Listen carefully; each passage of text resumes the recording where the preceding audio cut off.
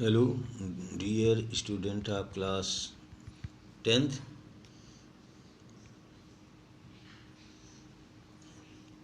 Today I will start the lesson Control and Coordination.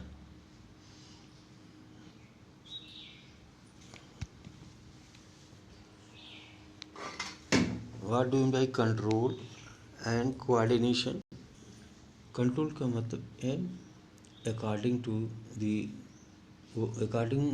Work the brain के according working according to the brain. ठीक है, brain के अनुसार जो काम होता है उसे कहते हैं कंट्रोल एंड कोऑर्डिनेशन। जैसे हमारे ब्रेन कहता है वैसे हमारे आर्गन काम करते हैं। ये कंट्रोल एंड कोऑर्डिनेशन।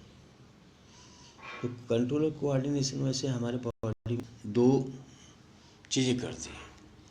एक तो हमारा करता है नर्वस सिस्टम, जिसमें ब्रेन और स्पाइनल कार्ड आते हैं। दूसरा हमारे बॉडी की जो कंट्रोलिंग होती है हार्मोन्स करते हैं। ठीक है, हार्मोन्स करते हैं। ये केमिकल्स होते हैं जो स्पेशल ग्लैंड मतलब ग्रंथि मतलब गांठ, कुछ ऐसे स्पेशल गांठ हैं, उनसे ये केमिकल्स निकलते हैं। तो दो चीज़ें ये हमारे बॉडी में कंट्रोलिंग करती हैं। और कोऑर्डिनेशन तालमेल। जैसे ब्रेन आपका कहता है कि आगे चलिए तो फिर आप आगे निकालते हो, इसी को कहते हैं तालमेल, कोऑर्डिनेशन। कंट्रोल माने जितना कहे उतना तक ही करें। तो कंट्रोल और coordination a body takes place by nervous system and endocrine system, जिसमें हार्मोन आते हैं। ठीक है, तो नर्वस सिस्टम और एंडोक्राइन सिस्टम दो ही हैं जो एनिमल में। एक प्लांट में तो एंडोक्राइन सिस्टम होता है, हार्मोन निकलते हैं, लेकिन नर्वस सिस्टम प्लांट को नहीं होता है। ठीक है, अगर प्लांट में नर्वस सिस्टम होता तो ब्रेन तो वो भी बोलता। ठीक है, वो भी एक्शन आप करते तो उसका रिएक्शन करता है, लेकिन ऐसा नहीं। अब आता है second position, receptor. What do mean by receptor? ठीक है, receptors are specialised tips of the nerve fibres. जो नर्व फाइबर होते हैं उनके टिप होते हैं, वो collect information to be conducted by the nerves. जो वो इन्फॉर्मेशन को कलेक्ट करते हैं नर्व के थ्रू, नर्व सेल के थ्रू, वो ब्रेन या स्पाइनल कार्ड में आते हैं। फॉर एग्जाम्पल पहला जैसे फोनो रिसेप्टर। ठीक है, जैसे ईयर, कान जो है फोनो रिसेप्टर है, साउंड को जो है रिसीव करता है। ये hearing and balance of the body करता है। जो हमारा ईयर है ये इसका मेन काम होता है hearing and balance of the body. दूसरा photo receptor, these are present in eye. जो फोटो में लाइट जो प्रकाश जो है जब भी आँख में पहुँचता है, जिस चीज़ से रिफ्लेक्ट होकर वही चीज़ देखते हैं। हमारे आँख में कोई रोशनी नहीं है, लेकिन जब लाइट किसी से टकरा पड़ती तभी उसको हम देखते हैं। अंधेरे में हम नहीं देख पाते क्योंकि लाइट नहीं रहती। तो these are responsible for visual stimulus. ठीक है, जो चीज़ हमारे सामने प्रकाश, जिसका प्रकाश हमारे आई पर पड़ता है वही चीज़ हम देखते हैं। तो अगला है थर्मो रिसेप्टर्स। थर्मो रिसेप्टर्स जो होते हैं स्किन मौजूद होते हैं। जैसे किसी चीज़ को टच करते हो तो आपको गर्म लगता है, ठंडा लगता है। टेम्परेचर कौन बताता है? स्किन। तो ये स्किन में मौजूद होते हैं जो नर्व के टिप्स होते हैं। आता है olfactory receptors. These are present in nose, नाक में होते हैं। ओल्फैक्टरी स्मेल, जो स्मेल को रिसीव करते हैं। दीज रिसेप्टर रिसीव स्मेल, महक को रिसीव करते हैं, एनालिसिस नहीं करते हैं। रिसीव करके कहाँ भेजते हैं? नर्व से ब्रेन को। तो ब्रेन हमारा उसको जो है एनालिसिस करता है, ब्रेन बताता है कि स्मेल कैसी है। ठीक। दूसरा gustatory receptor. These are present in the tongue, ये जीभ में मौजूद होते हैं। Functions, these help taste detection, ये टेस्ट की पहचान करते हैं। ठीक है, ये हमारे रिसेप्टर्स हैं। ठीक है, तो ये रिसेप्टर्स हैं। अब कंट्रोल और कोऑर्डिनेशन दो चीज़ों से होता है, नर्वस सिस्टम और एंडोक्राइन सिस्टम। नर्वस सिस्टम क्या है? It is the network of nerve cell से सब पूरा नर्वस सिस्टम हमारा नर्व सेल से है। तो इसमें मेन स्पाइनल कार्ड और ब्रेन आते हैं। एंडोक्राइन सिस्टम में कौन आते हैं? ग्लैंड्स। ग्लैंड में गांठ, ग्रंथि। तो कुछ स्पेशल ग्लैंड्स हमारे बॉडी में हैं which secret special chemicals,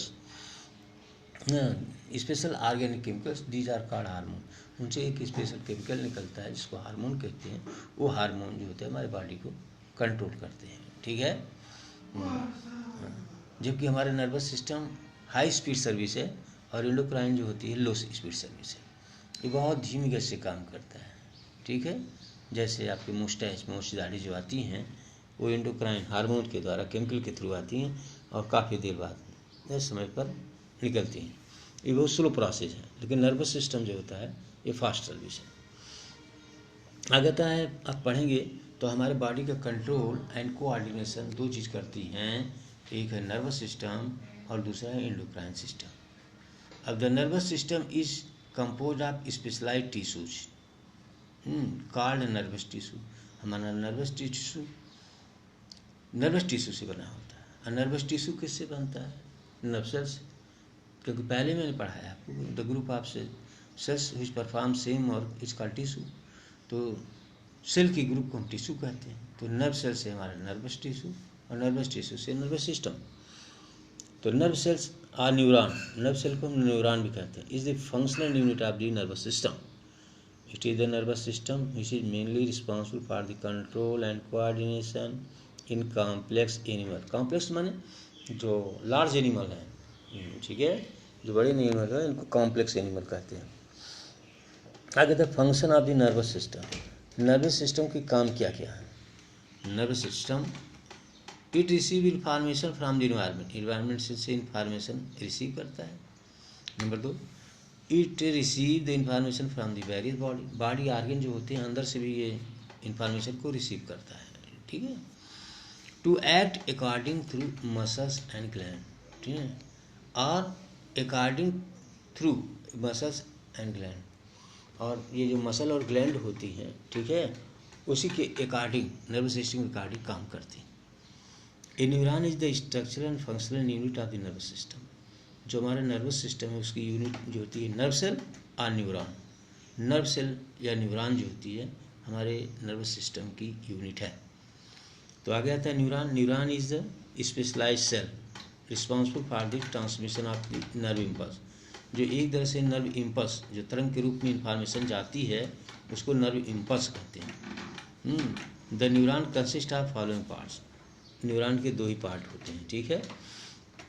cyton और सेल बॉडी, ठीक है। ये न्यूरॉन का देखिए स्ट्रक्चर होता है। जो ऊपर जो लार्ज पार्ट बना हुआ है उसको कहते हैं साइटन और सेल बॉडी। सेल बॉडी में न्यूक्लियस होता है और nucleus is the controller of the cell, यही कंट्रोल करता है। और साइटन से दो तरह के जो होते हैं फाइबर्स निकले होते हैं, ठीक है। ये दो तरह के जो फाइबर होते हैं, जो थिन फाइबर्स होते हैं, पतले साइटन से निकलते हैं, इनको कहते हैं डेंड्राइट। और एक जो थिक फाइबर निकलता है उसको कहते हैं एक्सॉन। जो मोटा फाइबर निकला है एक तरफ अकेला उसको कहते हैं एक्सॉन, और जो पतले पतले कई निकले हैं उसको कहते हैं डेंड्राइट। तो डेंड्राइट का काम है ये रिसीव करते हैं, रिसीवर है, इन्फॉर्मेशन को रिसीव करते हैं। एक्सॉन जो है इन्फॉर्मेशन को ले जाने का काम करता है। और लास्ट में जाकर एक्सॉन जो होता है डिवाइड इन मेनी पार्ट्स, उसको कहते हैं नर्व एंडिंग, उसको नर्व एंडिंग कहते हैं, ठीक।